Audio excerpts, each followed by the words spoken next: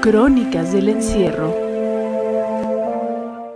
Hola Dani. Hola Monse, buenos días, bienvenida aquí a Café y Noticias y bueno, pues ¿de qué nos vas a platicar hoy? Buenos días. Hoy les voy a hablar sobre el decreto que el presidente Andrés Manuel López Obrador anunció que va a publicar para dejar en libertad a las personas que llevan años detenidas sin sentencia por delitos del Fuero Federal.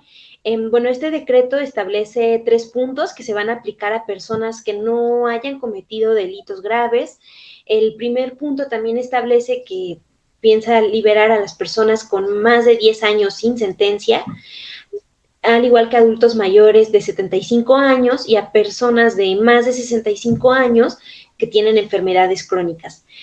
También contempla dejar en libertad a quienes fueron víctimas de tortura. Bueno, este decreto lo anunció el presidente el 29 de julio y bueno, desde entonces organizaciones civiles, abogadas, abogados se han pronunciado por los retos, ¿no?, que implica que se cumpla. Y una de las organizaciones que ha evidenciado estos obstáculos es X Justicia para las Mujeres. Por eso, en esta ocasión, pues platiqué con la abogada Viridiana Balgañón y la vamos a escuchar en un momento. Ella algo que nos señala es que este decreto se anuncia en un momento en el que las autoridades mexicanas pues tienen grandes pendientes con las personas que están privadas de la libertad, porque aunque ya existen leyes para garantizar sus derechos, estas no se aplican, ¿no? Y un ejemplo que nos da es la ley de amnistía, que se aprobó en abril del año pasado, justo en ese contexto de la emergencia sanitaria, pero muchas personas siguen privadas de la libertad, ¿no? No se garantizó esta amnistía que se había prometido.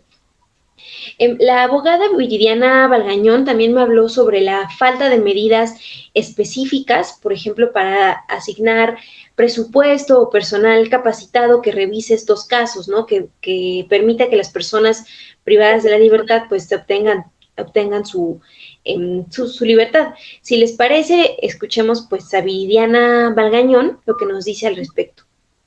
Este decreto nos habla, ¿no?, de las condiciones en las que se encuentran hoy estas personas. Se nos está diciendo que las personas que lleven más de 10 años en prisión sin sentencia van a poder ser liberadas. Y ahí el tema es, ¿por qué hay personas que han pasado más de 10 años o 10 años sin sentencia, cuando la Constitución ha sido muy clara en establecer que ninguna persona podrá pasar más de 2 años privada de libertad sin sentencia, ¿no? Entonces, el diagnóstico que nos arroja esta buena intención de decreto, pues es bastante grave, ¿no? Cuando se nos habla también de que hay personas con edad avanzada o con enfermedades crónico-degenerativas que siguen en prisión, aun cuando desde el año 2016 ya se había emitido la Ley Nacional de Ejecución y esta ley preveía que esas personas tenían que salir de prisión, pues nuevamente es preocupante, porque lo que nos dice es, durante todos estos años, ¿no?, casi 5 años,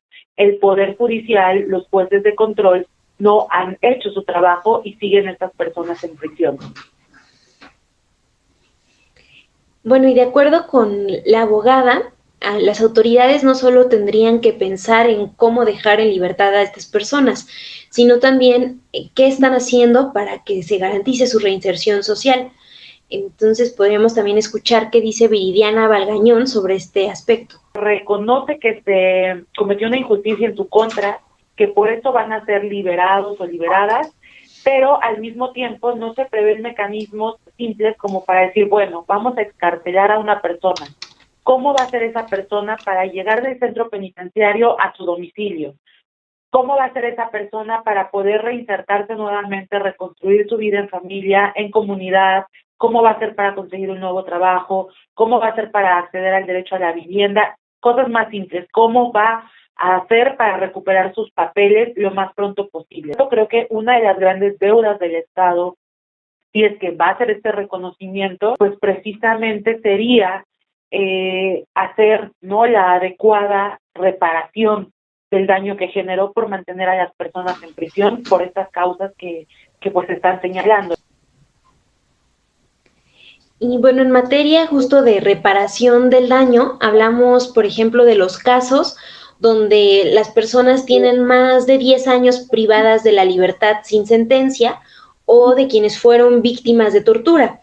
Y en estos casos, según ha dicho X Justicia y otras organizaciones, tendrían también que pensarse mecanismos para investigar a quienes cometieron la tortura y las autoridades que están permitiendo que estas personas sigan privadas de la libertad cuando fueron pues víctimas de estas violaciones a sus derechos.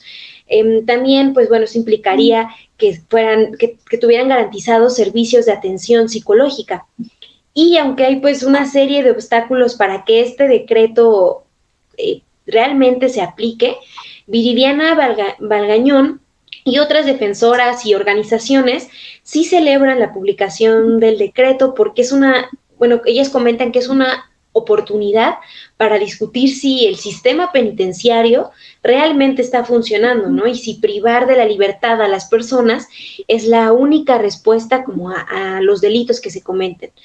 En este sentido, pues es importante recordar los estudios, ¿no?, que ha hecho la organización X Justicia para las Mujeres sobre las mujeres privadas de la libertad, específicamente cuando son delitos contra la salud, ¿no?, por cuestiones de drogas, y que nos dan un panorama pues sobre lo que están viviendo las personas dentro de prisión. En ese sentido, pues a mí me gustaría que escucháramos a la abogada Viridiana. La construcción del imaginario colectivo de quiénes son las personas en prisión es aquella de personas malvadas que se encuentran en prisión, de los grandes capos del narco que se encuentran en prisión. Pero cuando uno entra a las prisiones, lo que encuentra todo el tiempo es gente que se encontraba en escenarios de profunda marginación, en casos como los que hemos documentado desde X, que tienen que ver con mujeres que se relacionaron con el delito de transportación de drogas. Pues vemos a mujeres indígenas que fueron engañadas, que fueron presionadas o que fueron empujadas por el hambre, por el empobrecimiento del campo. Yo le diría a las personas que se oponen a esto: 1, miremos quiénes están adentro de las cárceles y por qué, y 2, preguntémonos si realmente el sistema construido hasta ahora como castigo está realmente funcionando y nos está devolviendo personas que son mucho más útiles para la sociedad que antes de ingresar a prisión. Pues híjole, este último comentario de Julia es tremendo porque sí, digamos, se conocen algunos casos de personas que están pues presas de manera injusta, pero sí se tendría que hacer un análisis de caso por caso para revisar esas, pues no sé si sean injusticias menores, no creo que haya una injusticia menor, sino de casos que pasaron pues en la sombra, pero son de personas que están, pues a las que se les ha arrebatado su libertad, ¿no, Monse?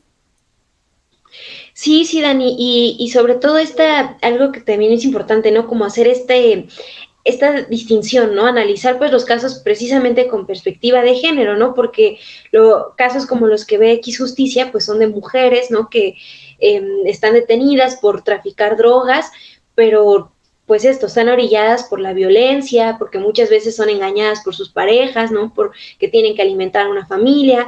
Entonces, no nada más es como dejarlas en libertad y ya, no es reparar, es realmente ocuparse de toda la reparación del daño y que tengan ellas herramientas para salir, ¿no? Es algo que nos comentaba también Viridiana, no nada más es dejarlas en la calle, sino qué va a pasar después. Entonces es la verdad todo un reto porque, por ejemplo, con esta ley de amnistía, a un año de que se publicó, de que se aprobó en abril del 2020, pues las comisiones que se encargan de analizar estos casos, pues solo han sesionado 3 veces, ¿no? 3 veces en este año y se sabe que solo pues 17 personas han obtenido libertad gracias a esta ley de amnistía.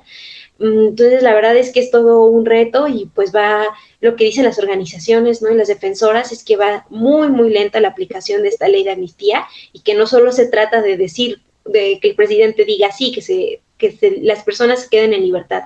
O sea, hay toda una serie de mecanismos que no se están tomando en cuenta. Pues sí, exacto, no solamente tiene que ser pues la aprobación, sino ni decir que se va a reparar el daño, sino ver qué es lo que va a pasar con todas estas personas que salgan y que puedan tener una mejor vida después de esa pesadilla. Pues muchísimas gracias, Monse, gracias por esta entrevista y por tus comentarios y nos vemos el siguiente lunes. Gracias, Dani, gracias aquí a la gente en Café y Noticias. Nos vemos el siguiente lunes a Montse Antunes, que es editora de Sin embargo MX.